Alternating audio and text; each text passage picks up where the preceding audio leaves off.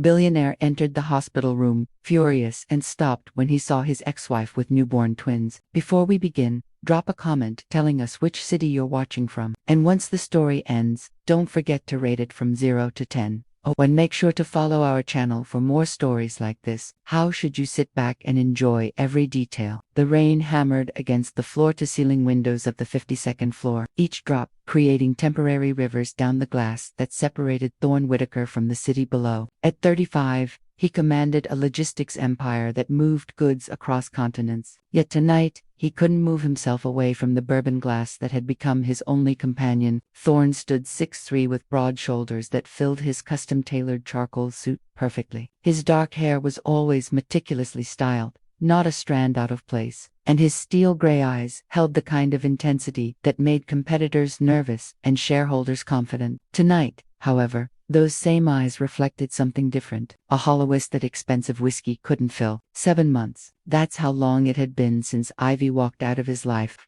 taking with her the only light that had ever penetrated the fortress he'd built around his heart. The divorce papers sat in his home safe, officially stamped and filed, but the invisible chains around his chest seemed to tighten with each passing day. His phone buzzed against the mahogany desk. Another late-night business call, no doubt. Thorne had built his reputation on being available 24/7, the man who never slept when deals needed closing. He glanced at the screen. Unknown number. Whitaker, he answered curtly. Mr. Whitaker, this is Memorial General Hospital. I'm calling about Ivy Dorn. The glass slipped from his fingers, amber liquid spreading across financial reports that suddenly meant nothing. His heart stopped, then hammered against his ribs like a caged bird. What happened? She's been admitted. Emergency situation. Room 304, sir. There's no emergency contact listed, but your name was in her wallet. As Thorne didn't wait for the explanation, he was already grabbing his keys, his mind racing through every worst-case scenario. Car accident, illness, something he should have prevented if he'd been there. If he'd been the man she deserved instead of the emotionally unavailable statue his father had carved him into. The elevator ride to the parking garage felt eternal. His hands shook as he started the engine of his black Porsche 911, the same car Ivy had once called, compensating for something. She'd laughed when she said it, her green eyes sparkling with mischief, and he'd pretended to be offended while secretly loving how she never treated him. Like the untouchable billionaire everyone else saw, Ivy Dorn was everything he wasn't.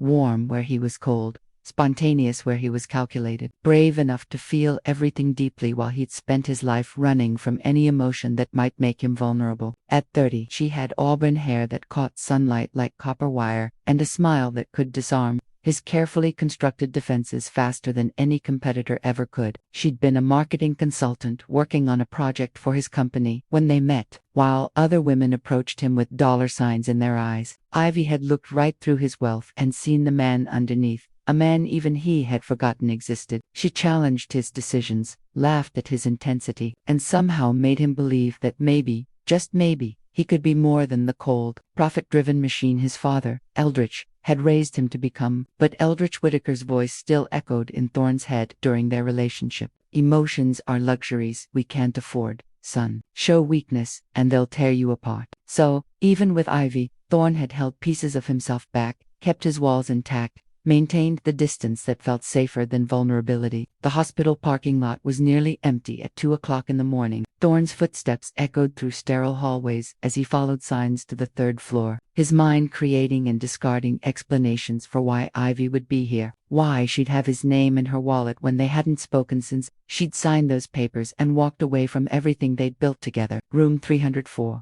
The door was partially open, and he could hear the soft beeping of medical equipment. His hand hesitated on the door handle. What if she didn't want to see him? What if he pushed the door open and stepped inside? Ivy was sitting up in the hospital bed, and she was alive. Relief flooded through him so powerfully that he had to steady himself against the doorframe. But as his eyes adjusted to the dim lighting, he saw something that made the world tilt off its axis. She wasn't alone. In her arms, she held not one but 2 tiny bundles wrapped in hospital blankets. 2 newborns, their small faces peaceful in sleep, their features delicate and perfect. Thorne's breath caught in his throat. The babies had his nose, his chin, the same dark hair that crowned his own head. There was no mistaking it. These were his children. Ivy, he whispered, her name falling from his lips like a prayer. She looked up at him, and in her green eyes he saw exhaustion, pain, and something else, a strength that hadn't been there before, forged in the fire of whatever she'd endured alone. "Hello,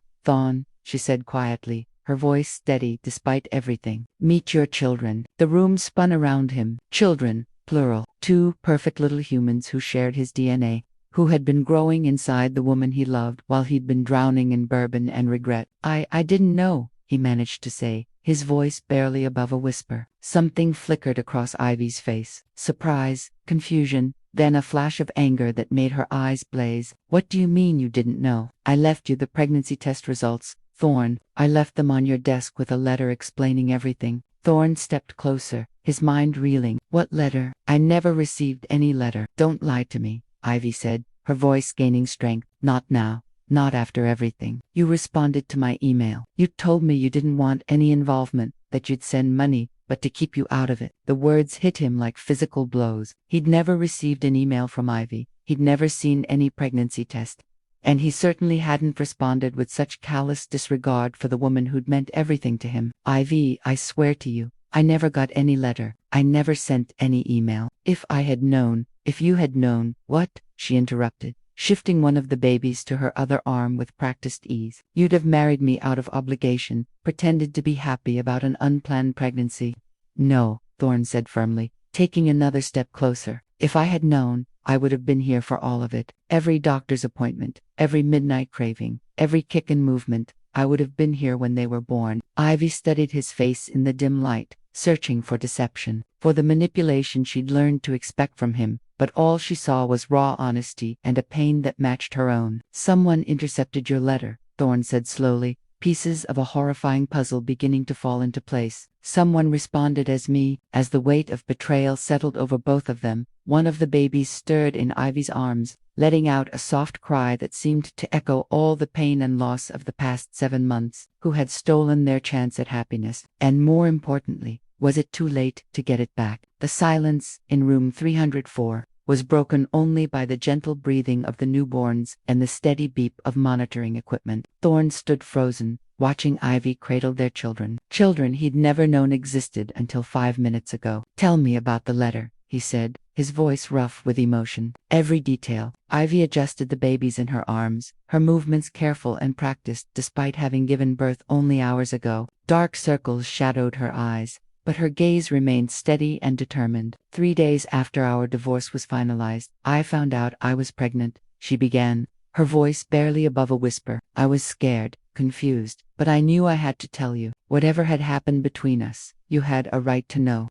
Thorne pulled the visitor's chair closer to her bed, his expensive suit wrinkling as he leaned forward. His steel gray eyes never left her face, drinking in every word like a man dying of thirst. "I went to Whitaker Industries at 7 o'clock in the morning. The security guard knew me. Let me up to your floor. I put the envelope on your desk personally, a handwritten letter explaining everything, along with the pregnancy test and the first ultrasound photo." Ivy's voice caught slightly. There was a yellow sticky note on top. "I wrote, 'Please call me when you read this. We need to talk, Ivy.'"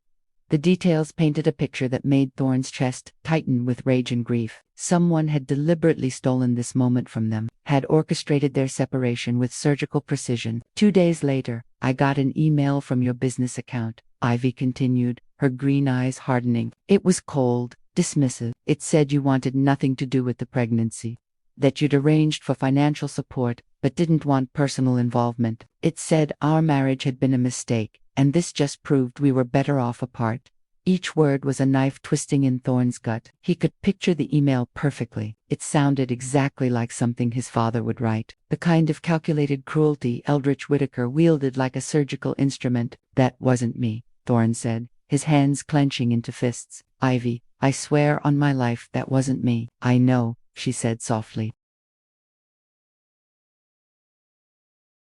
And the admission hung between them like a bridge neither was sure they could cross. "I can see it in your eyes. The man who wrote that email, that wasn't the man who used to hold me during thunderstorms because he knew they reminded me of the night my parents died." The mention of their intimate moments, the way he'd learned to read her fears and comfort them, made Thorne's throat constrict. He'd forgotten how well she'd known him, how she'd seen past his armor to the man underneath. "Your father," Ivy said, not a question, but a statement of fact. Thorne nodded grimly. It has to be. He's the only one with access to my office, my email, my entire life. He's been controlling every aspect of my existence since I was old enough to walk. One of the babies stirred, and Ivy instinctively began a gentle rocking motion. Thorne watched, mesmerized by her natural grace with their children she'd carried and delivered completely alone. What are their names? He asked, his voice thick with emotion. I haven't named them yet, Ivy admitted. I was waiting. I don't know what I was waiting for. Maybe for this moment, as impossible as it seemed.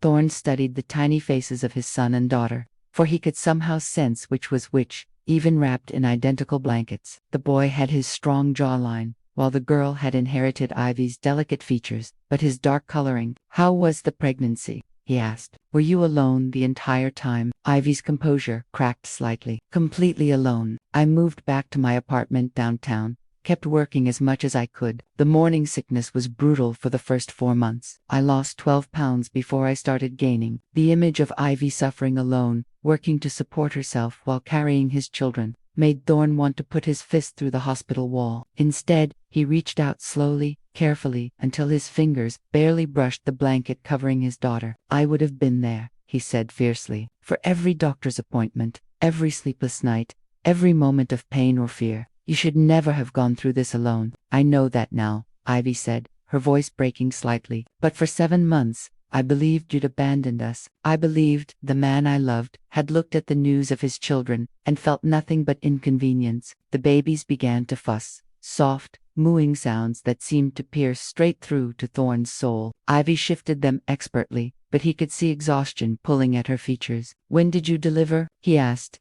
6 hours ago. Emergency C-section. They came 5 weeks early. The doctors say they're healthy, but they'll need to stay in the NICU for observation. 6 hours. He'd been sitting in his office drowning in whiskey while she'd been bringing their children into the world. Scared and alone. The guilt was overwhelming. The nurse who called me, Thorne said slowly. How did they get my number? I listed you as the emergency contact when I was admitted. Even after everything. Even believing you didn't want us. Ivy looked down at the babies. I couldn't bring myself to remove your name completely. Maybe some part of me hoped. She didn't finish the sentence, but Thorne understood. Hope was a dangerous thing when you'd been hurt as deeply as they'd hurt each other, or rather, as his father had hurt them both. A soft knock interrupted the moment. A nurse peered around the door, her expression kind but professional. Mrs. Thorne. It's time to move the babies to the NICU for their overnight monitoring. Don't worry, it's just precautionary. As the nurse gently took the twins, Thorne felt a desperate urge to follow, to stand guard over these tiny humans who'd already survived so much. But he stayed, sensing that Ivy needed him here more. When they were alone, the weight of everything unsaid pressed down on them like a physical force. I need to confront him, Thorne said, his voice deadly quiet. My father, he stole 7 months from us. Ivy, 7 months of your pregnancy, the chance to prepare together, the opportunity to be there when they were born. And then what? Ivy asked, exhaustion making her words slur slightly. You exposed him. He admits it. And we all live happily ever after. It's not that simple, Thorne. The damage is done. I've spent 7 months learning to be strong without you. I've built a life that doesn't include you. The words hit their mark, but Thorne heard something underneath them. A challenge. Maybe even a plea. She was testing him, seeing if he'd fight for them or walk away when things got complicated. Then I'll spend however long it takes earning my way back, he said simply. I'll prove that the man you fell in love with is still here. Underneath all the ice, my father froze around my heart. Ivy studied his face in the dim hospital lighting, searching for the boy who'd once confessed that he'd never felt truly loved until he met her. The man who'd held her hand during her father's funeral and never said a word, just been present. Your father won't let you go easily, she warned. You know that, right? Confronting him means war. Thorne stood, his full height and presence filling the small room. For the first time in months, he felt clarity instead of the crushing weight of emptiness. Good, he said, his steel-gray eyes blazing with purpose. It's about time I stopped being his son and started being their father. As he leaned down to kiss Ivy's forehead, a gesture so gentle and familiar it made her breath catch, neither of them noticed the figure in expensive shoes walking quickly past the doorway. Having heard enough to know that 7 months of careful manipulation was about to unravel, dawn was breaking over Manhattan as Thorne's Porsche pulled into the executive parking garage beneath Whitaker Industries. He hadn't slept, hadn't even considered going home after leaving the hospital. The rage burning in his chest demanded immediate action. And he knew exactly where to find the man who'd stolen 7 months of his life. Eldridge Whittaker always arrived at the office before sunrise, a habit he'd drilled into Thorne since childhood. Success doesn't sleep, he'd say, usually, while criticizing Thorne for some perceived weakness today. That predictability would be his downfall. The elevator ride to the 63rd floor felt like ascending to a battlefield. Thorne studied his reflection in the polished steel doors. His usually immaculate appearance was disheveled, his tie loose, his expensive shirt wrinkled from hours at Ivy's bedside. He looked like a man who'd been through hell, which was exactly what he was. The executive floor was empty, except for the soft hum of computers and the distant sound of traffic far below. Thorne's footsteps echoed on marble as he walked past his own corner office toward the imposing double doors at the end of the hall. The nameplate read Eldridge Whittaker, Chairman and CEO, in gold letters that had intimidated Thorne since he was old enough to read. Not today. He didn't knock. The doors burst open with enough force to rattle the crystal awards lining Eldridge's walls. Eldridge Whittaker sat behind his massive mahogany desk, a silver-haired lion of 62 who'd built an empire through ruthless calculation and emotional detachment. He was impeccably dressed even at this early hour, his navy suit pressed to perfection, his steel blue eyes so similar to Thorne's, betraying no surprise at his son's dramatic entrance. "You looked terrible," Eldridge said calmly, not looking up from the financial reports spread before him. "I trust whatever kept you out all night was worth jeopardizing the Carmichael meeting this afternoon.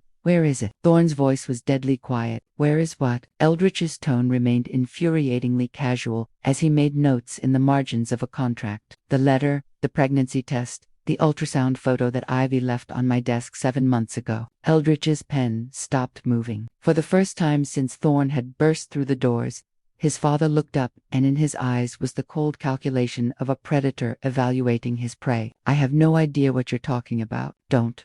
Thorne slammed his palms on the desk, leaning forward until he was inches from his father's face. "Don't lie to me. Not about this. I know you intercepted her letter. I know you responded to her email, pretending to be me." Eldridge leaned back in his leather chair, his expression shifting from feigned confusion to mild annoyance, as if Thorne were a child throwing a tantrum over a broken toy. "Even if I had done such a thing, which I'm not admitting, it would have been in your best interest. That woman was a distraction, Thorne. She made you weak, emotional, unfocused. The divorce was the best thing that could have happened to your career." The casual dismissal of Ivy as that woman made Thorne's vision blur with rage. "She was pregnant with twins. Your grandchildren, alleged grandchildren," Eldridge corrected smoothly. "You have no proof those children are yours. Women like her." Thorne's hand shot across the desk, grabbing his father by the throat. The move was so swift, so uncharacteristically violent, that Eldridge's eyes widened in genuine shock. "Say one more word about her," Thorne whispered, his voice trembling with barely controlled fury. "I dare you." For a moment, father and son stared at each other across decades of manipulation and control. Then Thorne released his grip and stepped back, his hands shaking with adrenaline. Eldridge adjusted his tie with practiced composure, but his breathing was slightly ragged. "Violence, Thorne, how disappointingly common of you. Where is the letter?" Eldridge stood slowly, moving to the floor-to-ceiling windows that overlooked the city. His silhouette was backlit by the rising sun, making him appear larger, more imposing, a psychological trick he'd perfected over decades of intimidation. "I burned it," he said simply, along with the sentimental photograph and the little plastic stick she left. Such melodramatic props, really. The confession hit Thorne like a physical blow. Even though he'd known the truth, hearing it confirmed felt like watching his father murder his future all over again. "Why?" The word came out, broken, desperate. "Because I've spent 35 years molding you into the perfect successor. And I wasn't about to let some middle-class nobody with daddy issues derail everything we've built." Eldridge turned from the window, his face a mask of cold determination. "The Carmichael merger alone will net us $3 billion.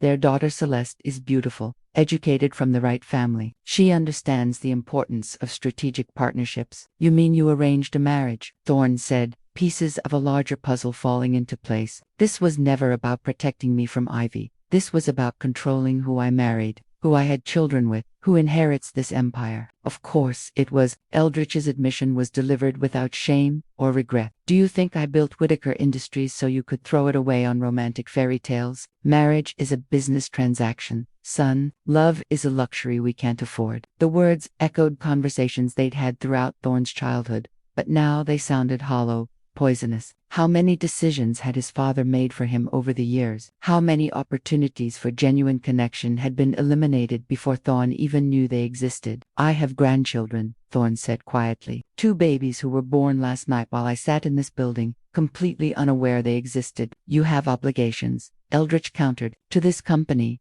to our shareholders, to the legacy I've built. Those children, if they're even yours, will be provided for. Set up trust funds, pay for their education, whatever keeps them quiet, but they can't be allowed to interfere with your real responsibilities. The casual way his father discussed his newborn children like business expenses broke something fundamental inside Thorne. All his life he'd sought Eldritch's approval, tried to live up to impossible standards, allowed himself to be shaped into a man who prioritized profit over people. I'm done, Thorne said, his voice steady for the first time since entering the office. Done with what? With you, with this company, with being your trained puppet. Thorne straightened to his full height, and for the first time in his life, he felt taller than his father. I'm selling my shares. Eldritch's composure finally cracked. You can't be serious. This company is your birthright, your identity. Without it, you're nothing. Without it, I'm free to become the father my children deserve, and the man Ivy fell in love with before you spent years convincing me that emotions were weaknesses. She won't take you back, Eldritch said, desperation creeping into his voice. Too much damage has been done. She never trusts you again. Maybe not, Thorne admitted, but I'm going to spend the rest of my life trying to earn that trust back. And if I fail, at least I'll fail as myself, not as the man you tried to make me. He turned toward the door, but Eldritch's voice stopped him. If you walk out that door, if you sell those shares, I'll destroy her. The woman, the children, everything she's built. I'll make sure she never works in this city again. Thorne spun around, and the look in his eyes made Eldritch take an involuntary step backward. If you come anywhere near my family, Thorne said, his voice carrying a lethal edge Eldritch had never heard before, I'll do more than grab your throat. I'll expose every illegal deal, every bribed official, every dirty secret you've hidden in the name of building this empire, and then I'll watch it all burn. The threat hung in the air between them like smoke from a funeral pea. 35 years of father-son dynamics had just shifted irrevocably, and both men knew there would be no going back. Thorne walked toward the door, each step feeling like shedding chains he'd worn so long he'd forgotten they were there. You'll regret this, Eldritch called after him, when you're living in some mediocre suburb, struggling to support a ready-made family. When the excitement wears off and reality sets in, you'll come crawling back. Thorne paused at the threshold, his hand on the door handle. The only thing I regret, he said without turning around, is that it took me 35 years to realize that the most successful thing I could ever do is be nothing like you.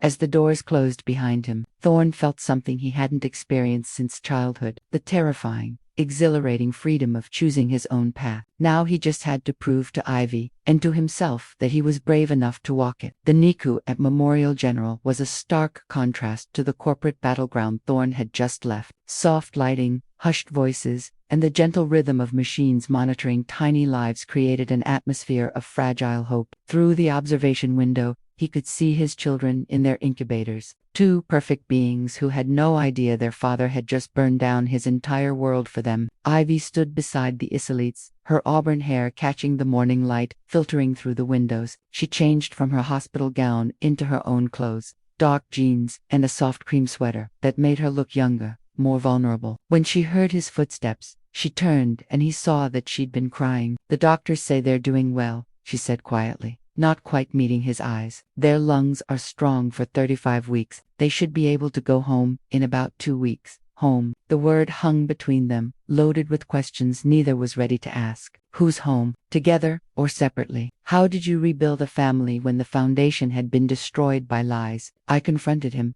Thorne said, moving to stand beside her. Through the glass, he watched his daughter's tiny chest rise and fall with mechanical precision. My father. He admitted everything. Ivy's reflection in the window went very still. And he burned your letter, the pregnancy test, the ultrasound photo, everything. He said it was in my best interest that you were a distraction from my real responsibilities. Thorne's voice carried the bitter taste of betrayal. He's been planning to marry me off to some business partner's daughter. The whole thing was orchestrated. Celeste Carmichael, Ivy said softly. Thorne looked at her sharply. How do you? It was in the society pages 3 months ago. Whitaker Air spotted with shipping Aries at charity gala. There was a photo of you two dancing. Ivy's voice was steady, but he could see the pain in her profile. She's beautiful, blonde, elegant, born into your world. Everything I'm not. The image came back to him, a required appearance at one of his father's networking events, dancing with a woman whose conversation never strayed from stock portfolios and family pedigrees. He'd felt nothing, thought nothing beyond getting through the evening so he could go home and drink until Ivy's absence stopped feeling like a physical ache. I felt nothing for her, he said. Less than nothing. I spent the entire evening wishing I was anywhere else. But you went. You played the part. Ivy finally looked at him, and her green eyes held a sadness that cut deeper than anger. How many other parts have you played, Thorne? How many other decisions has your father made for you? The question forced him to examine 35 years of choices that hadn't really been choices at all. His college major, his career path, the charities he supported, even the restaurants he frequented. How much of his life had been his own? I don't know, he admitted. Maybe none of them. Maybe that's why I was so afraid to let you all the way in. I wasn't sure there was actually a me underneath all his programming. A nurse approached them with the practiced quiet of someone accustomed to emotional conversations in sacred spaces. Mrs. Dorn, the babies are ready for their feeding. Would you like to try nursing again? Ivy nodded,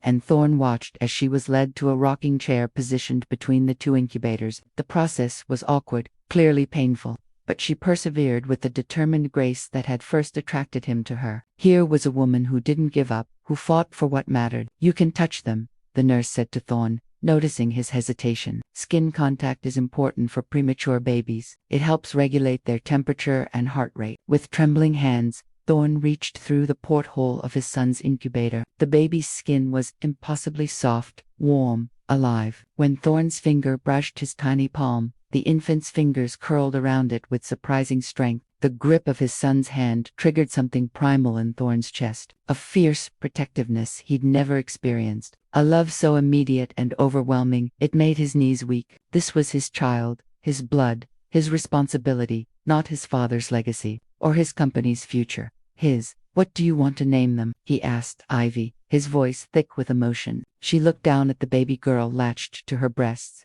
then over at the son who was holding Thorne's finger like a lifeline. I thought maybe you should have a say in that, she said carefully. If you want to, I want to be involved in everything, Thorne said immediately. Their names, their first words, their first steps, everything I already missed, and everything still to come. If you'll let me. It's not that simple, Thorne. Ivy shifted the baby to her other breast, the movement practiced, despite being a new mother. You say you want to be involved, but what does that actually look like? Are you going to show up for 2 a.m. feedings, diaper changes, doctor's appointments that conflict with board meetings? There won't be any more board meetings. I'm selling my shares in Whitaker Industries. The words came out before he'd fully processed the decision, but as soon as he said them, he knew they were true. The conversation with his father had clarified something he'd been avoiding for months. He couldn't be the man his children needed, while still being the son his father demanded. Ivy stared at him in shock. You're what? I'm done with my father's company, with his manipulation, with letting him control my life. I want to build something of my own. Something clean. Thorne watched his son's fingers tightened around his own. Maybe something smaller, more personal. I have enough money saved to start over, to do things my way. And what about your father? He's not going to just let you walk away. He threatened to destroy you if I left, Thorne admitted. He said he'd make sure you never worked in this city again, that he'd come after you and the children. Fear flashed across Ivy's face before she could hide it. And you think selling your shares will stop him? I think it will give me enough ammunition to stop him permanently. I know where all the bodies are buried, Ivy. Every questionable deal, every bribed official, every corner he's cut to build his empire. If he comes after our family, I'll bring it all down. Our family. The words slipped out naturally, but they hung in the air like a question mark. Ivy caught them, turned them over in her mind. Our family, she repeated slowly. Is that what you think this is? Thorne felt the ground shift beneath him. He'd been so focused on proving his commitment, On showing, he was different from the man who'd sent that cold email that he'd assumed reconciliation was possible. But looking at Ivy now, strong, independent, changed by 7 months of building a life without him, he realized how presumptuous that was. "I don't know," he said honestly. "I know I love you. I know I want to be their father, want to be part of their lives every single day. But I also know I hurt you in ways that go deeper than my father's manipulation." Ivy was quiet for a long moment, focused on the baby in her arms. When she finally spoke, her voice was barely above a whisper. "You want to know what the hardest part was? It wasn't the morning sickness or the exhaustion or even the loneliness. It was lying awake at night, feeling them move inside me, and knowing that even if you had wanted us, I wasn't sure you were capable of the kind of love they deserved." The words hit him like a physical blow, but he forced himself to listen to really hear what she was saying. "You held yourself back from me even when we were married. Thorne, you gave me pieces of yourself, but never the whole thing. Never the messy, imperfect, completely vulnerable parts that real love requires." She looked up at him, tears streaming down her cheeks. "How do I trust that you've changed? How do I believe that breaking with your father has somehow fixed what was broken between us?" It was a fair question, maybe the only question that mattered. Thorne looked at his children, his daughter sleeping peacefully in Ivy's arms, his son still gripping his finger with remarkable determination, and felt the weight of responsibility settle over him like armor. "I don't know if I can convince you," he said quietly, "but I'm willing to spend however long it takes trying, not to win you back, but to become the man you and they deserve, whether we're together or not." The admission surprised them both. It wasn't a declaration of love or a demand for forgiveness. It was something rarer and more valuable. It was the beginning of accountability. "I need time," Ivy said finally, "and space to figure out who I am as a mother, as a woman who survived the worst heartbreak of her life and came out stronger." "Of course," Thorne said, though every instinct screamed against walking away from them again, "but I want to be involved with the children. I want to support you, help with expenses, be there for appointments." As a co-parent, Ivy clarified, "Not as my ex-husband trying to work his way back into my bed." The boundaries were clear, painful, but necessary. Thorne nodded, understanding that earning his way back into their lives would require proving himself as a father first, a man's second. "There's something else," Ivy said, hesitating. "The hospital bills, the NICU costs. My insurance covers most of it, but there will be gaps. I was going to figure it out somehow, but I'll handle all of it," Thorne said immediately. "Hospital bills, ongoing care, whatever they need. It's the least I can do. I don't want your money out of guilt." "It's not guilt, it's responsibility. They're my children, too, and I should have been here from the beginning to shoulder these burdens with you," as if summoned by their conversation about the future. The hospital social worker appeared at the NICU entrance, clipboard in hand and the efficient smile of someone who'd had this conversation hundreds of times. "Mrs. Thorne, I need to discuss discharge planning and get some information about the baby's living arrangements." The reality of their situation crystallized. In 2 weeks, Ivy would take their children home to her apartment, to the life she'd built without him. He would be a visitor in their world, fighting for every moment, every memory, every chance to prove he was worthy of their love. But as his son's grip tightened around his finger once more, Thorne felt something he hadn't experienced in 7 months. Hope, not for easy reconciliation or fairy tale endings, but for the harder, more valuable prize of earning his place in their lives one day at a time. The real work was just beginning. 3 days had passed since Thorne's confrontation with his father, and the NICU had become his second home. He arrived each morning with coffee for Ivy and fresh flowers that she politely accepted but never commented on. They'd fallen into a careful routine. He held the babies while she pumped milk. She rested while he read business reports aloud, in a soft voice that seemed to soothe their son. It was a delicate dance of co-parenting without intimacy, of shared purpose without shared trust. Ivy was changing their daughter's impossibly tiny diaper when the sound of expensive heels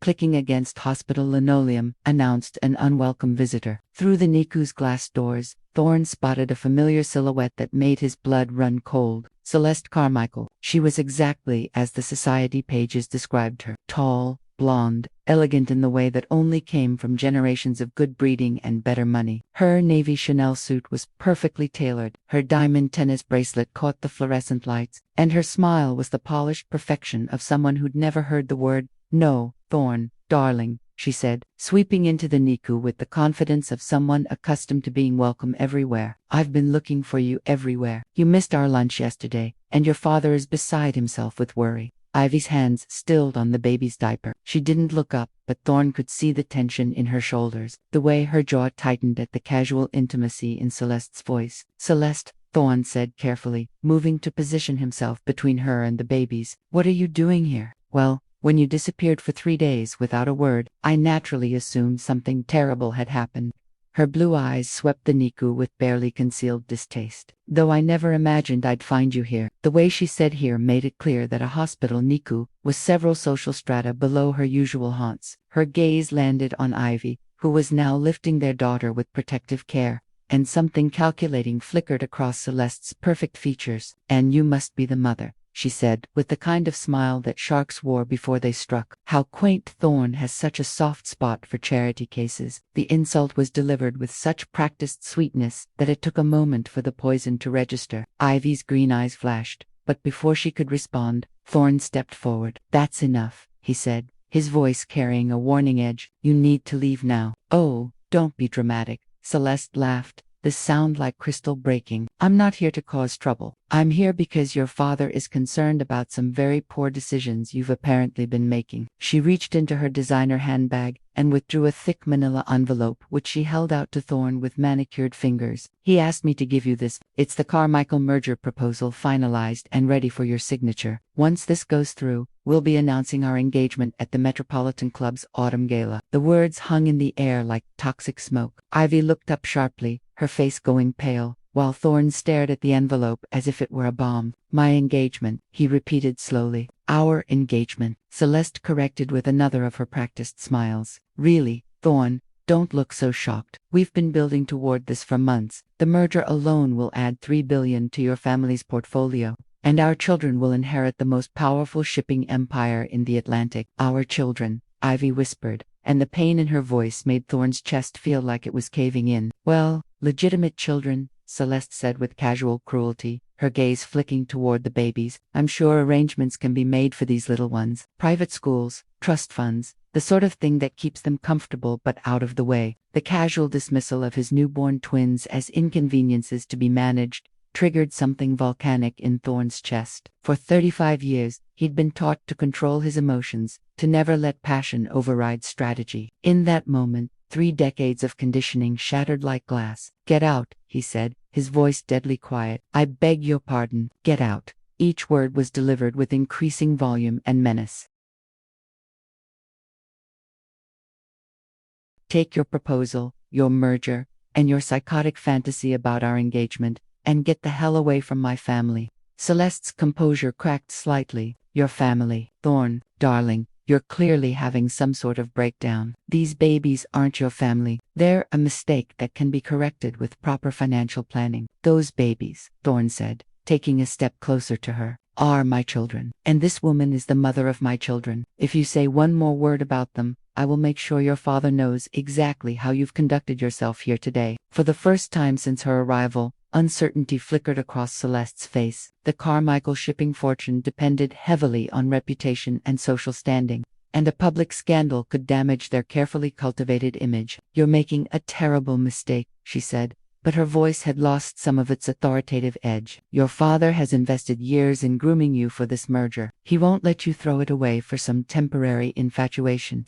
My father, Thorne said with a smile that contained no warmth, no longer has any say in my life or my choices. As of yesterday, I'm selling my shares in Whitaker Industries and starting over. The announcement clearly shocked Celeste more than his emotional outburst had. In their world, walking away from $1 billion inheritance was unthinkable, the kind of self-destructive behavior that required immediate intervention. You can't be serious, she breathed. Without Whitaker Industries, you're nothing. You're just another pretty face with good breeding and no real substance. Maybe, Thorne agreed, but I'd rather be nothing authentic than something manufactured by my father's ambitions. Celeste looked around the NICU with newfound understanding. This wasn't a temporary breakdown or a midlife crisis. This was a complete rejection of everything she represented, everything their families had planned. This won't end here, she said, her mask of sweetness finally dropping to reveal the steel underneath. Your father and mine have contracts, agreements, expectations. You can't just walk away from billions of dollars because you've developed feelings for your ex. Watch me, Thorne said simply. Celeste gathered her composure like armor, smoothing her skirt and adjusting her handbag with deliberate precision. When she looked at Ivy, her smile was pure venom. Enjoy it while it lasts, she said sweetly. Men like Thorne don't stay fascinated with the same toy for very long. When the novelty wears off and reality sets in, he'll remember what he gave up for you. She turned on her heel and clicked away, leaving behind only the lingering scent of expensive perfume and threats. The silence that followed was deafening. Ivy continued, tending to their daughter with mechanical precision, but Thorne could see her hands trembling slightly. Ivy, he began. Don't, she said quietly. Just don't. She doesn't speak for me. What she said, what she implied, none of that is how I feel, isn't it? Ivy finally looked at him, and her green eyes were bright with unshed tears. She seemed to know an awful lot about your engagement plans, about lunches you've been having, about months of building towards something. Those weren't dates, they were business meetings. My father arranged them, just like he arranged everything else in my life. I felt nothing for her, Ivy, less than nothing. But you went, she said, echoing their conversation from 3 days earlier. You played the part. You let her believe there was something between you because I was a coward, Thorne admitted, because it was easier to go through the motions than to fight my father about every detail of my existence. But that's over now, is it? Ivy's voice was barely above a whisper, because she seemed pretty confident that this isn't over. That your father and her father have plans that don't include your consent. The truth was, Thorne didn't know how far his father would go to salvage the Carmichael merger. Eldridge had spent decades building toward this alliance, and $3 billion was motivation enough for almost any level of manipulation. Whatever they try to do, I won't let it affect you or the babies, he said. I meant what I said about bringing down his empire if he comes after our family. There it is again, Ivy said with a sad smile. Our family. You keep saying that like it's already decided, like we're already some kind of unit, aren't we? The question came out more vulnerable than he'd intended. We're two people who share children, Ivy corrected gently. That doesn't automatically make us a family. Families require trust. Thorne, they require the absolute certainty that the person you're building a life with will choose you over everything else. Every single time. I chose you today. I chose you 3 days ago when I confronted my father. I'm choosing you every morning when I show up here, instead of going to the office. You're choosing the babies, Ivy said, which I'm grateful for, truly. But choosing to be a good father isn't the same as choosing to be a good partner. The distinction hit him like a physical blow. She was right. His commitment to their children was absolute, but his commitment to her remained unproven. How could he demonstrate that his feelings for her weren't just collateral damage from his paternal awakening? Their son chose that moment to wake up fussing, his tiny cries filling the space between them. Ivy moved to comfort him, and Thorne watched as she transformed into someone completely focused on their child's needs. Her own emotional turmoil set aside for the greater good. I should go, he said reluctantly. I have a meeting with my lawyer about the share transfer, and then I need to start looking for office space for my new company. What kind of company? Ivy asked, surprising him with her interest. Sustainable logistics, he said. Smaller scale than Whitaker Industries, but focused on ethical practices and environmental responsibility. Everything my father's company isn't. For the first time since Celeste's visit, something like approval flickered across Ivy's face. That sounds like something you would actually care about. It is, he realized. Maybe for the first time in my life, I'm building something that reflects who I actually am, instead of who I'm supposed to be. As he gathered his things to leave, Thorne caught sight of his reflection in the NICU's observation window. The man looking back at him was tired, unshaven, wearing a wrinkled shirt and yesterday's tie. He looked nothing like the polished billionaire heir who danced with Celeste Carmichael at charity galas. He looked real. Thorne, Ivy called as he reached the door. Be careful. If she's right about the contracts and agreements between your families, they're not going to let you walk away quietly. Let them try to stop me, he said, and meant it. I've spent my whole life being afraid of my father's disapproval. I'm not afraid anymore.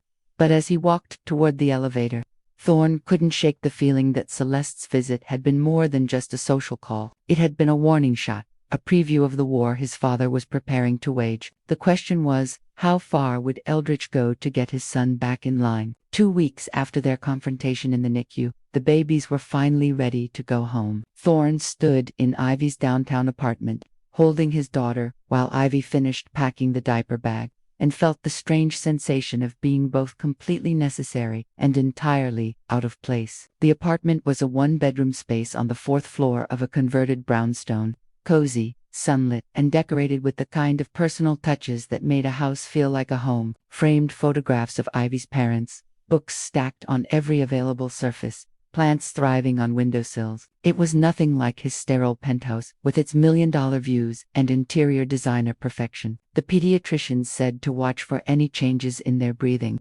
Ivy said, going through her mental checklist for the third time. And if their temperature goes above 100.4, we need to call immediately. We, Thorne noted, catching the pronoun. Over the past 2 weeks, they'd gradually shifted from I and you to we when discussing the babies, though the boundaries around their own relationship remained firmly in place. Coparents say we, Ivy clarified, reading his thoughts with the accuracy that had always unnerved and delighted him. It doesn't mean anything beyond that, but it did mean something. It meant trust was being rebuilt slowly and carefully, one shared responsibility at a time. The apartment's buzzer rang, and Ivy's face immediately tensed. In the 2 weeks since Celeste's hospital visit, they'd both been waiting for the other shoe to drop for Eldritch to make his next move in whatever chess game he was playing. I'll get it, Thorne said, settling their daughter in her bassinet, before walking to the intercom. Delivery for Ivy Dorn, came the crackly voice through the speaker. Thorne exchanged glances with Ivy.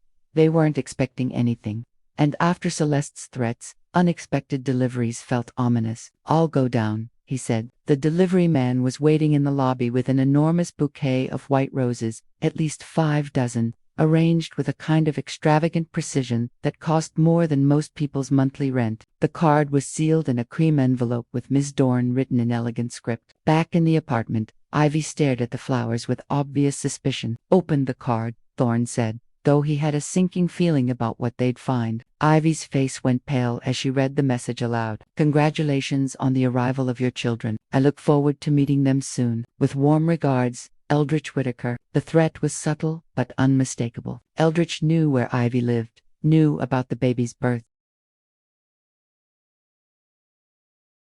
and was making it clear that he could reach them whenever he chose. He's testing us, Thorne said, his jaw clenching, seeing how we'll react. Testing us for what? To see if I'll run back to him to protect you, or if I'll stand my ground and risk him following through on his threats. Ivy sank into her reading chair, suddenly looking exhausted. The past 2 weeks had been a whirlwind of sleepless nights, feeding schedules, and the constant low-level anxiety of new parenthood. Adding the psychological warfare of Thorne's family into the mix was almost too much to bear. What does he want? She asked. Control. He wants me back under his thumb, married to Celeste, running his company the way he's always planned. Thorne moved to the window, looking down at the street where a black sedan that hadn't been there earlier was now parked. He thinks if he applies enough pressure, I'll cave. And will you? The question was asked quietly, but Thorne heard the real fear underneath it. Ivy had spent 7 months believing he'd abandoned her and their children at the first sign of inconvenience. How she was watching him face the full weight of his father's disapproval and wondering if his newfound resolve would crumble under pressure. No, he said firmly, but I need to handle this before it escalates. He's already shown he's willing to involve you and the babies, and I won't let that continue.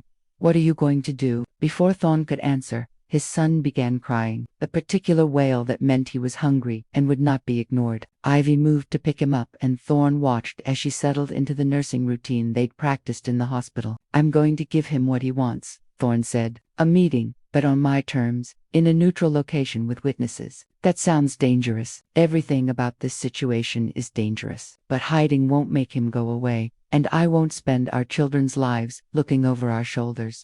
Ivy studied his face while their son nursed. You're different, she said finally. From the man I married, from the man I divorced. You make decisions now instead of just reacting to situations. Having something worth fighting for changes your perspective, he said simply. The words created a moment of charged silence. Ivy looked away first, focusing intently on the baby in her arms. I should go, Thorne said reluctantly. Set up this meeting. Get my lawyer involved. Start the process of legally protecting you and the children from any future interference. Wait, Ivy said as he gathered his jacket. There's something I need to tell you about the apartment. Thorne paused, sensing this was important. I can't afford to stay here long term. she admitted. Not with 2 babies. Not without going back to work full-time, which I can't do for at least another month. I've been looking at places in Queens, maybe Brooklyn, somewhere cheaper. The idea of Ivy and his children living in some cramped apartment in an outer borough while he had more money than he could spend in several lifetimes felt fundamentally wrong. Let me help, he said immediately. I don't want your charity. It's not charity. It's child support. It's me taking care of my responsibilities as their father.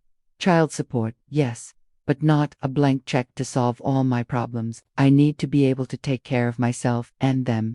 It was a distinction that mattered to her independence, and Thorne was learning to navigate these conversations carefully. Ivy had spent 7 months proving to herself that she could survive alone. She wasn't going to give up that hard-won autonomy easily. What if we found a compromise, he suggested. A place that's safe and comfortable for the babies, but where you're still paying rent, still maintaining your independence, such as there's a building in the village, family noun, good security, reasonable rents. I know the owner. She's an older woman who specifically rents to young families. It's not charity. It's just a connection. Ivy considered this carefully. I'd want to see it myself, make my own decision, of course, and pay my own deposit.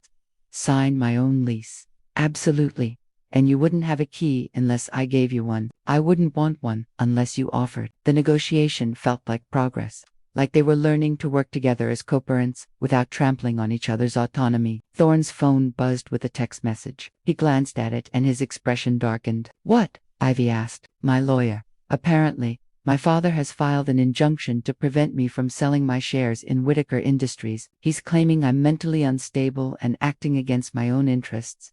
The audacity was breathtaking, even for Eldritch, but it also revealed the depth of his desperation. He was pulling out legal weapons that could damage both their reputations permanently. Can he do that? He can try, but it won't work. I've been documented as mentally competent by multiple physicians, and I have plenty of witnesses to my rational decision-making process. Thorne's smile was grim. What he's really doing is declaring war publicly. No more subtle threats or behind-the-scenes manipulation. This is open conflict. I'm scared, Ivy admitted quietly. Good, Thorne said, surprising her. Being scared means you understand how serious this is, but being scared doesn't mean being helpless. We're going to fight this, and we're going to win. We're going to fight this. Unless you'd prefer to handle it alone, he asked gently. Ivy looked down at their son, then over at their daughter, sleeping peacefully in her bassinet. To tiny humans who depended on the adults in their lives to protect them from threats they couldn't even understand. No, she said finally, we'll handle it together. As co-parents, she added quickly, but without the edge that qualification usually carried. As co-parents, Thorne agreed, as he leaned down to kiss their daughter goodbye.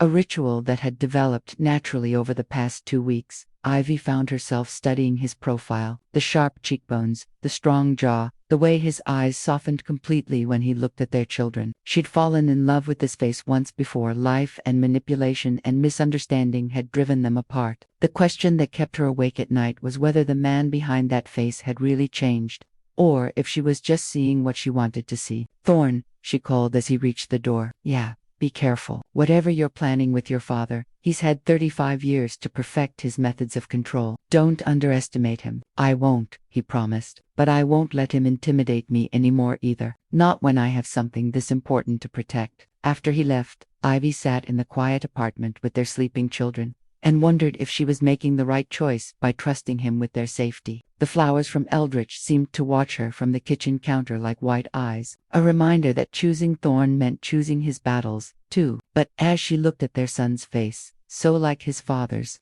she realized the choice had been made 7 months ago when she decided to carry these babies to term. Despite believing their father had abandoned them, she was already alone. The only question now was whether Thorne would prove worthy of that faith. The Four Seasons restaurant was neutral territory, public enough to prevent any dramatic scenes, prestigious enough to satisfy Eldritch's ego, and familiar enough that Thorne knew every exit and sightline. He arrived 15 minutes early, choosing a corner table that gave him a clear view of the entrance while keeping his back to the wall. His lawyer, Miranda Chen, sat across from him, reviewing documents. She was a shopwoman in her 40s who specialized in corporate law and family protection orders with the kind of reputation that made powerful men think twice before underestimating her. The injunction is bullshit, she said without preamble, her voice low enough not to carry two neighboring tables. Your father's claiming you're acting irrationally due to emotional distress, but we have medical records, psychological evaluations, and witness testimony proving your competency. It won't hold up in court, but it will delay the share transfer,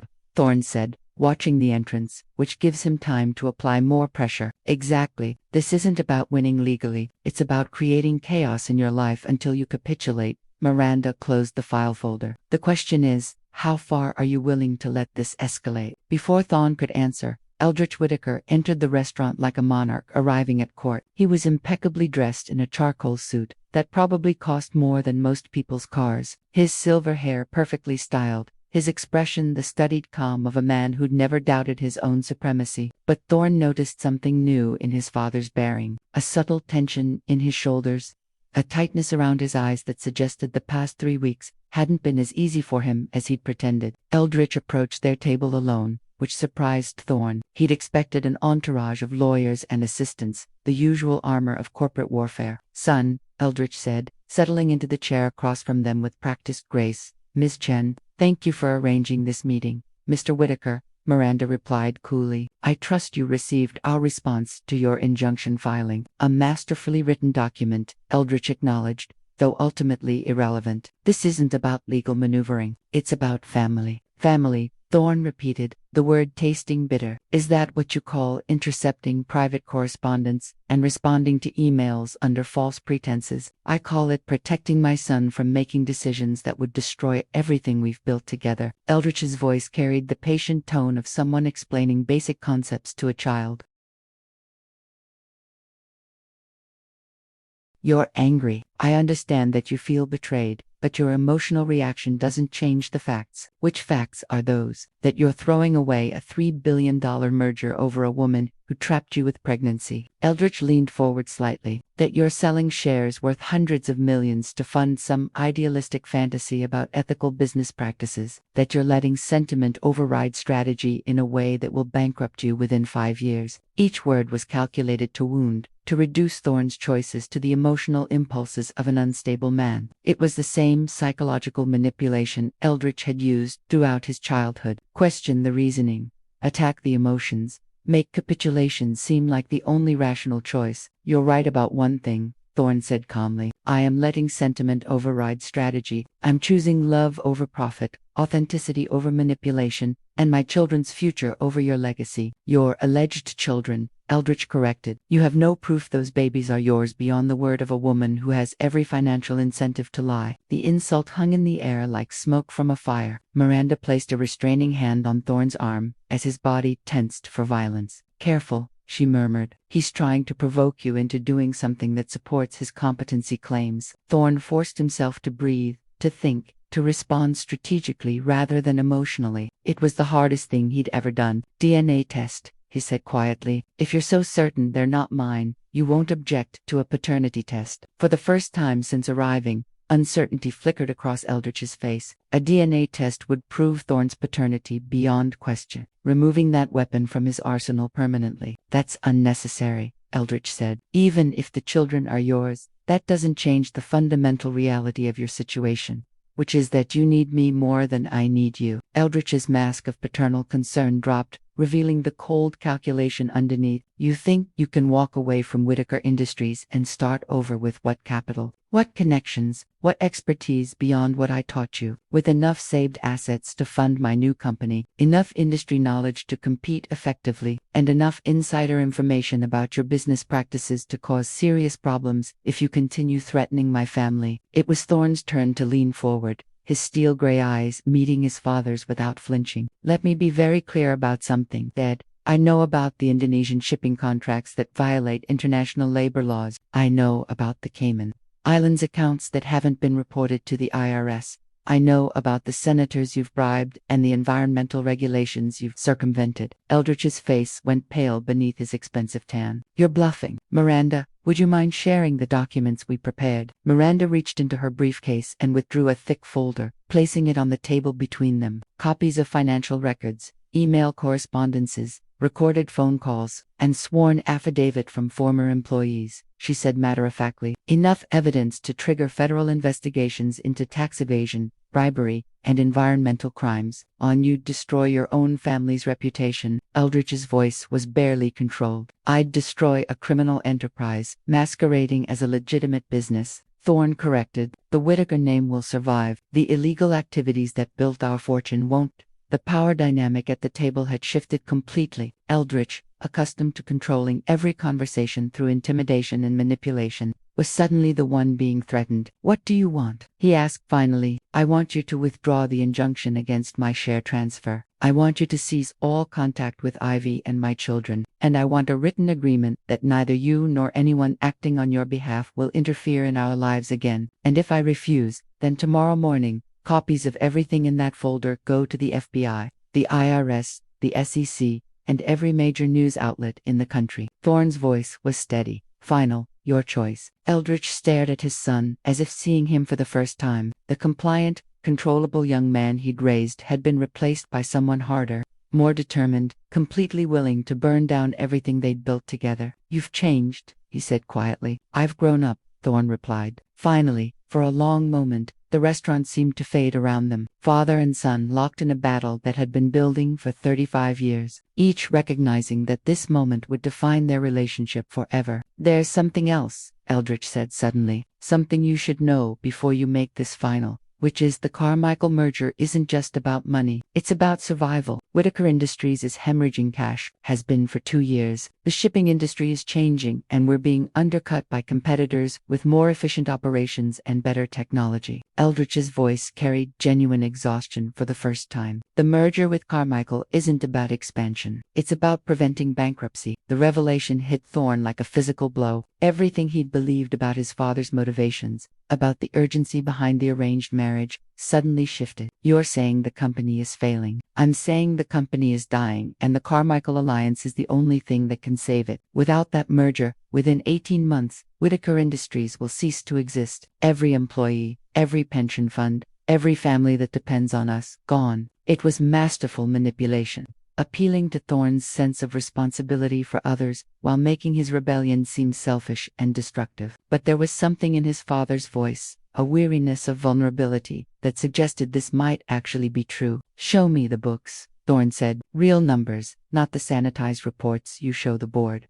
"Why?" "Because if what you're saying is true, then there might be another way to save the company, something that doesn't involve destroying my family or marrying me off like a medieval alliance." Eldridge studied his son's face, searching for deception or weakness. Instead, he saw the same analytical intelligence he'd spent decades cultivating, now turned toward problem-solving rather than compliance. "You'd be willing to help even after everything." "I'd be willing to explore options," Thorne corrected, "but with conditions. My relationship with Ivy and the children is off limits. My personal life is no longer subject to your approval, and any solution we develop has to be ethical and legal." "Those conditions are acceptable," Eldridge said slowly. Miranda looked between father and son with professional skepticism. "This could be another manipulation," she warned quietly, "a way to draw you back into his sphere of influence." "Maybe," Thorne acknowledged, "but if it's true, if the company really is in trouble, then walking away might hurt innocent people. I need to at least understand the situation before I make a final decision." It was the kind of moral complexity that had no easy answers. Thorne's father had lied to him, manipulated him, stolen months of his children's lives, but he might also be telling the truth about thousands of jobs being at stake. "1 week," Thorne said finally. "You have 1 week to show me everything, the real financial situation, the actual market pressures, all of it. If I can find a way to save the company without sacrificing my family, I will. If not, the deal with the document stands." Eldridge nodded slowly. 1 week. As they prepared to leave the restaurant, Thorne's phone buzzed with a text from Ivy. "Babies are both fussy today. Could use help if you're free." The message was simple, practical, but it represented something profound. She was reaching out to him, asking for his help as a father. It was the kind of trust he'd been working to earn for weeks. "I have to go," he told his father. "My children need me." "Of course they do," Eldridge said, and for the first time in Thorne's memory, there was no sarcasm in the words. "That's what children do. They need their fathers."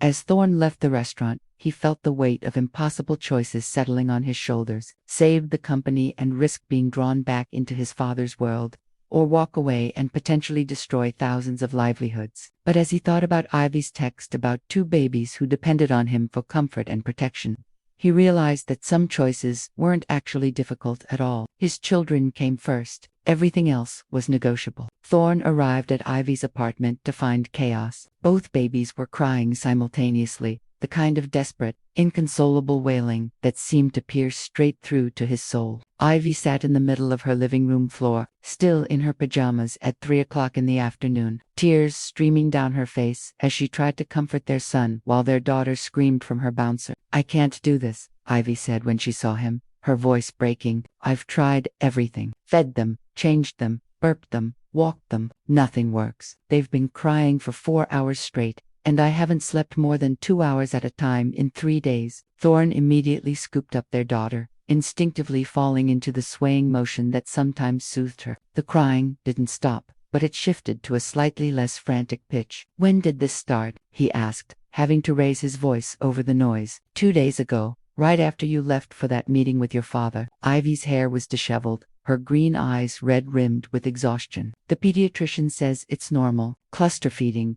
growth spurts, overstimulation from the hospital stay. But knowing it's normal doesn't make it easier." The apartment looked like a war zone. Burp cloths and baby blankets were scattered across every surface. Dirty bottles crowded the kitchen sink, and the diaper changing station had exploded across the coffee table. It was the visual representation of a new mother completely overwhelmed. "Have you eaten today?" Thorne asked. I think so. Maybe. I can't remember." That decided it. Thorne shifted his daughter to one arm and reached for his phone with the other. "What are you doing?" "Calling for reinforcements." He dialed a number from memory. "Maria, it's Thorne Whitaker. I need you to come to an address in the village." "Yes, today. 2 newborns and a mother who needs help." "Thank you." "Who's Maria?" Ivy asked, though she seemed too exhausted to object to whatever help he was summoning. "The best baby nurse in Manhattan. She helped raise half the Upper East Side, including me. If anyone can figure out what's wrong with them, it's Maria." Within an hour, Maria Santos arrived like a small, efficient tornado. At 65, she was barely 5 feet tall, but commanded absolute authority when it came to babies. She'd been Thorne's nanny from birth until he started school, and her arrival brought back memories of being safely cared for by someone who genuinely loved children. "Mijo," she said to Thorne, using the same endearment she'd called him as a child. "Let me see these beautiful babies." She took their son from Ivy's arms with practiced confidence, her weathered hands somehow immediately calming his frantic movements. Within minutes, both babies had quieted, 2 occasional whimpers. "They're overstimulated," Maria diagnosed. "Too much excitement, too many new people, not enough routine. New babies need quiet, dark, boring environments to feel safe." As if to prove her point, their daughter had fallen asleep against Thorne's chest, her tiny hand fisted in his shirt. "But I've been trying to keep them entertained," Ivy protested, "reading to them, playing music, showing them picture books." "Save that for when they're older," Maria said kindly. "Right now, they need sleep, food, clean diapers, and peace. That's all." She moved through the apartment with purposeful efficiency, dimming lights, reducing ambient noise, creating an environment of calm that seemed to settle everyone's nerves. "Now," she said to Ivy, "when did you last shower?" Yesterday. The day before." "Go shower, then eat something substantial, then nap for at least 2 hours. I'll handle the babies." "But what if they need me? What if they need you healthy and rested more than they need you hovering?" Maria said firmly. "This is not negotiable." Ivy looked at Thorne as if asking permission, which broke his heart a little. She'd been carrying the entire burden of their care alone, had forgotten that accepting help wasn't a sign of failure. "Go," he said gently. "I'll stay until you wake up." While Ivy showered, Thorne found himself alone with Maria for the first time in over 20 years. She was preparing bottles with the same methodical precision he remembered from childhood. "She's a good mother," Maria said without looking up. "Exhausted, overwhelmed, but good. She loves those babies more than her own life." "I know, and you? Do you love them more than your own life?" It was a typically direct Maria question, the kind that cut through pretense to the heart of things. "Yes," he said simply. "And their mother? Do you love her more than your own life?" "That was more complicated. I love her more than I've ever loved anyone, but I hurt her badly, Maria. I don't know if love is enough to fix what I broke." "Love is never enough by itself," Maria said, settling into the rocking chair with a bottle. Love needs action, consistency, time. It needs proving, not just saying. She was right, of course. Over the past month, he'd been focused on grand gestures, confronting his father, threatening to expose criminal activities, offering financial support. But love lived in the small moments, the daily choices, the unglamorous work of building trust one day at a time. There's something else, Thorne said, something that might complicate everything. He told her about the meeting with his father, about the revelation that Whitaker Industries was failing, about the impossible choice between saving thousands of jobs and protecting his family from future manipulation. Maria listened without judgment, occasionally nodding or asking clarifying questions. When he finished, she was quiet for a long moment. Your father is a complicated man, she said finally. I worked for your family for many years, watched him build that company from nothing. He sacrificed everything for success, his health, his relationships, his ability to love freely. He made you into what he thought you needed to be to survive in his world. Are you defending him? I'm explaining him. There's a difference. Maria adjusted the baby in her arms. But explanation is an excuse. He stole months of your children's lives from you, caused their mother tremendous pain. That can't be forgiven just because the company is in trouble. But what about the employees? The families who depend on those jobs? What about the family that depends on you? Maria gestured toward the bedroom where Ivy was sleeping. You think you can save everyone, but some people don't want to be saved. Some companies deserve to fail if they're built on lies and manipulation. It was a harsh truth, but one Thorne needed to hear. His instinct to fix everything, to bear responsibility for outcomes beyond his control, was the same pattern that had made him vulnerable to his father's manipulation in the first place. What would you do? He asked. I would ask myself one question. What serves these babies best? Not your father, not the company, not even your own guilt. What gives these children the best chance at a happy, healthy life with parents who love them? Before Thorne could answer, they heard movement from the bedroom. Ivy emerged, looking more human. Clean hair, fresh clothes, the desperate edge of exhaustion slightly dulled. How long was I asleep? She asked. 3 hours, Maria said with satisfaction. The baby slept the entire time. 3 hours. Ivy looked amazed. They haven't slept for more than 45 minutes straight since we got home. They were feeding off your anxiety, Maria explained. Babies are like emotional sponges. They absorb whatever energy the adults around them are projecting. When you're calm, they're calm. It was a lesson that extended beyond infant care. The stress and uncertainty surrounding Thorne's family situation had been affecting everyone,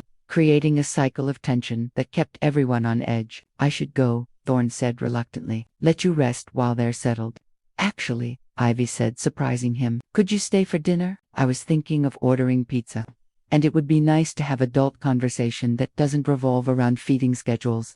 The invitation was casual, but Thorne heard the olive branch in it. After weeks of careful boundaries and formal co-parenting arrangements, she was asking him to simply be present, to share a meal, like the family they were still figuring out how to become. I'd like that, he said. Maria beamed at both of them. I'll stay until the babies wake up. Then you too can practice the new routine. I'm going to teach you. As they sat around Ivy's small dining table eating pizza and talking about everything except the complicated realities of their situation, Thorne felt something he hadn't experienced in months. Peace. Not the hollow emptiness he'd been mistaking for calm, but actual contentment born from being exactly where he belonged. There's something I need to tell you, Ivy said, as they were cleaning up. About the apartment, about our living situation. Thorne's contentment wavered. What about it? I've been thinking about what you said about finding a place that works for the babies but lets me maintain my independence. And I realized I've been thinking about it wrong. How so? I've been so focused on proving I can do everything alone that I haven't been considering what's actually best for them. She gestured toward the bassinet where their children slept peacefully. They need consistency. Routine.com. Environments. They need both their parents, not one exhausted mother trying to be everything to everyone. What are you saying? I'm saying maybe we should look at places together. Not as a couple getting back together, but as co-parents who want to make this work. Separate bedrooms, shared common areas, joint responsibility for night feedings and diaper changes. The suggestion was practical, logical, and terrifying. Living together would mean constant proximity, shared domestic responsibilities, and the daily temptation to slip back into old patterns before they'd truly addressed what had broken between them. Are you sure? He asked. No, Ivy admitted, but I'm sure that what we've been doing isn't sustainable, and I'm sure that our children deserve better than parents who are too proud to work together. It was perhaps the most mature thing either of them had said since the divorce. Thorne felt the weight of the decision, not just the practical logistics, but the emotional risk of building something new, while the foundation of their relationship was still being repaired. There's something else, he said, about my father, about the company situation. I need to make a decision this week that could affect our future, and I want you to know what we might be dealing with. He told her everything: the failing company, the thousands of jobs at stake, the moral complexity of walking away from something that could be saved. Ivy listened without interruption, her green eyes serious and thoughtful. What does your gut tell you? She asked when he finished. That my father is manipulating me again, using other people's livelihoods as leverage to keep me under his control.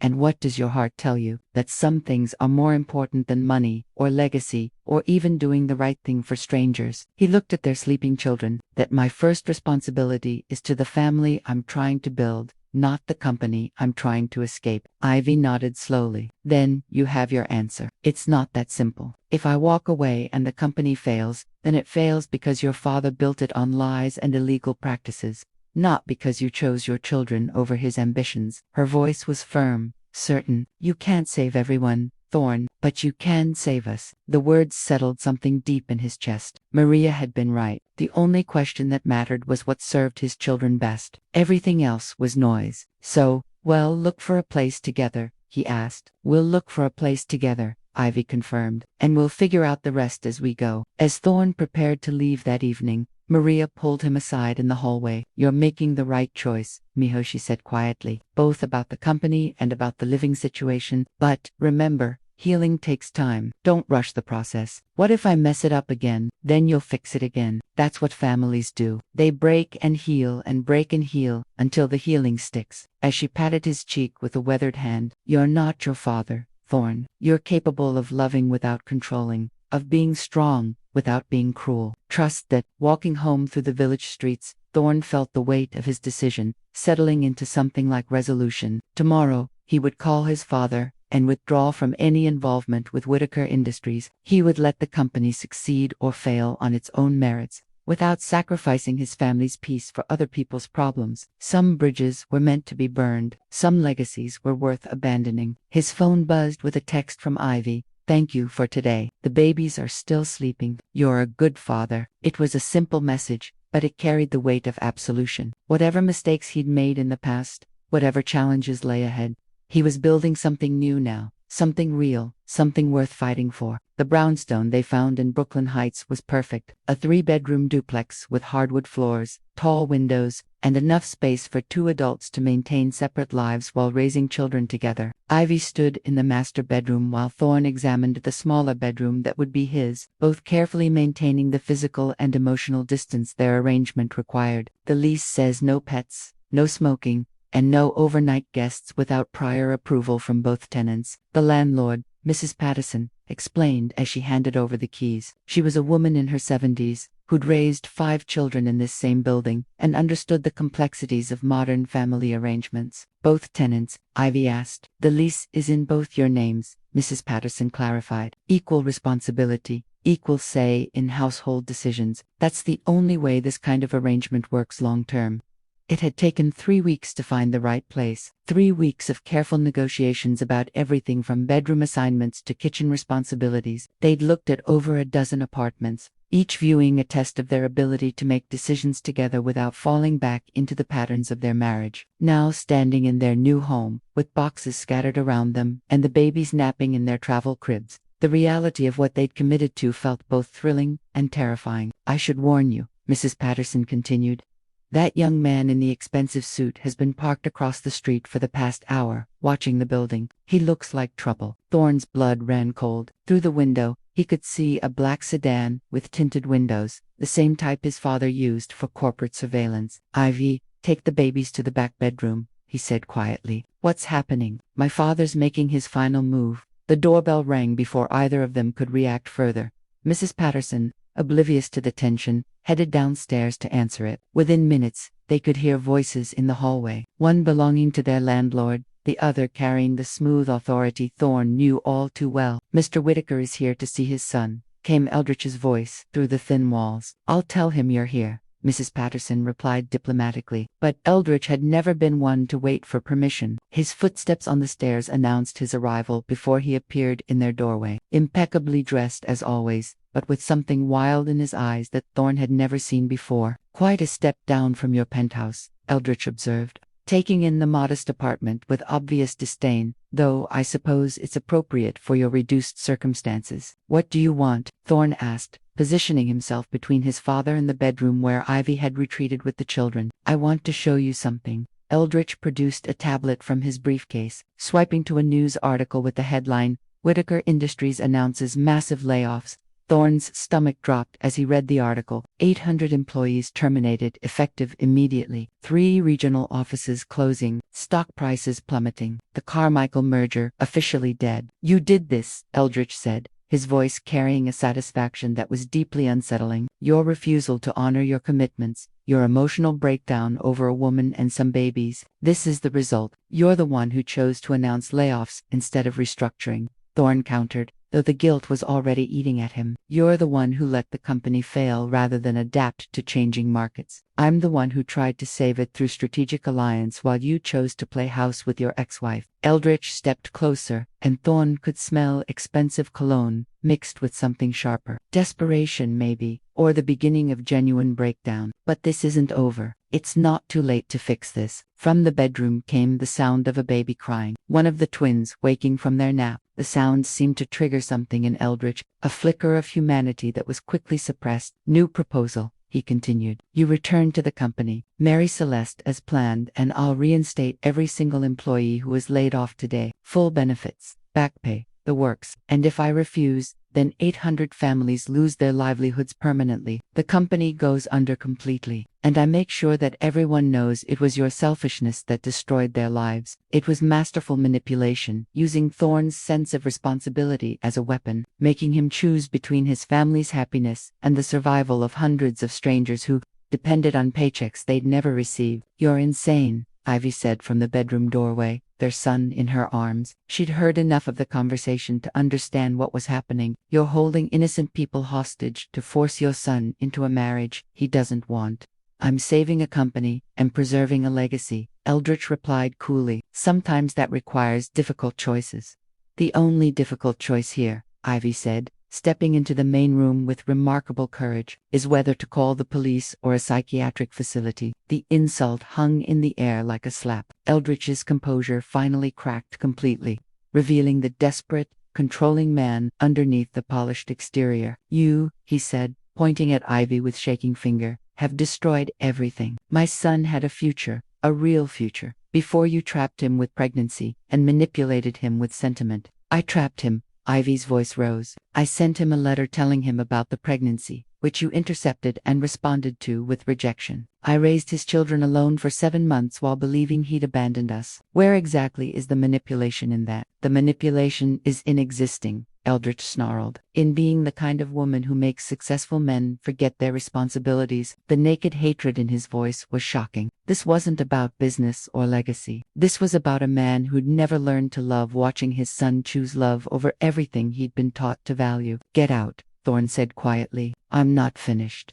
"Get out." The explosion of rage surprised everyone, including Thorne himself. "Get out of our home. Get out of our lives and take your threats and manipulation with you. You're making a mistake that will destroy hundreds of lives," Eldritch warned. "You're the one who chose to make this personal instead of finding actual solutions," Thorne replied. "You're the one who would rather see the company burn than let it succeed without your control." For a moment, father and son stared at each other across an unbridgeable chasm. 35 years of relationship, complicated, damaged, but still a relationship ending in this shabby apartment with nothing left but mutual destruction. "Don't come back," Thorne said finally. "Don't call, don't send flowers, don't drive by our building. If I see you near my family again, I'll file restraining orders and release those documents to every news outlet in the country." Eldritch gathered what remained of his dignity, straightening his tie and smoothing his hair with hands that trembled slightly. "You'll regret this," he said, "when you're struggling to pay rent on this HFL. When those babies need medical care you can't afford. When she gets tired of playing house with a man who gave up everything for a fantasy, you'll come crawling back. Maybe, Thorne admitted, but I'd rather struggle with people who love me than succeed with people who see me as a commodity. After Eldritch left, the apartment felt like the aftermath of a tornado.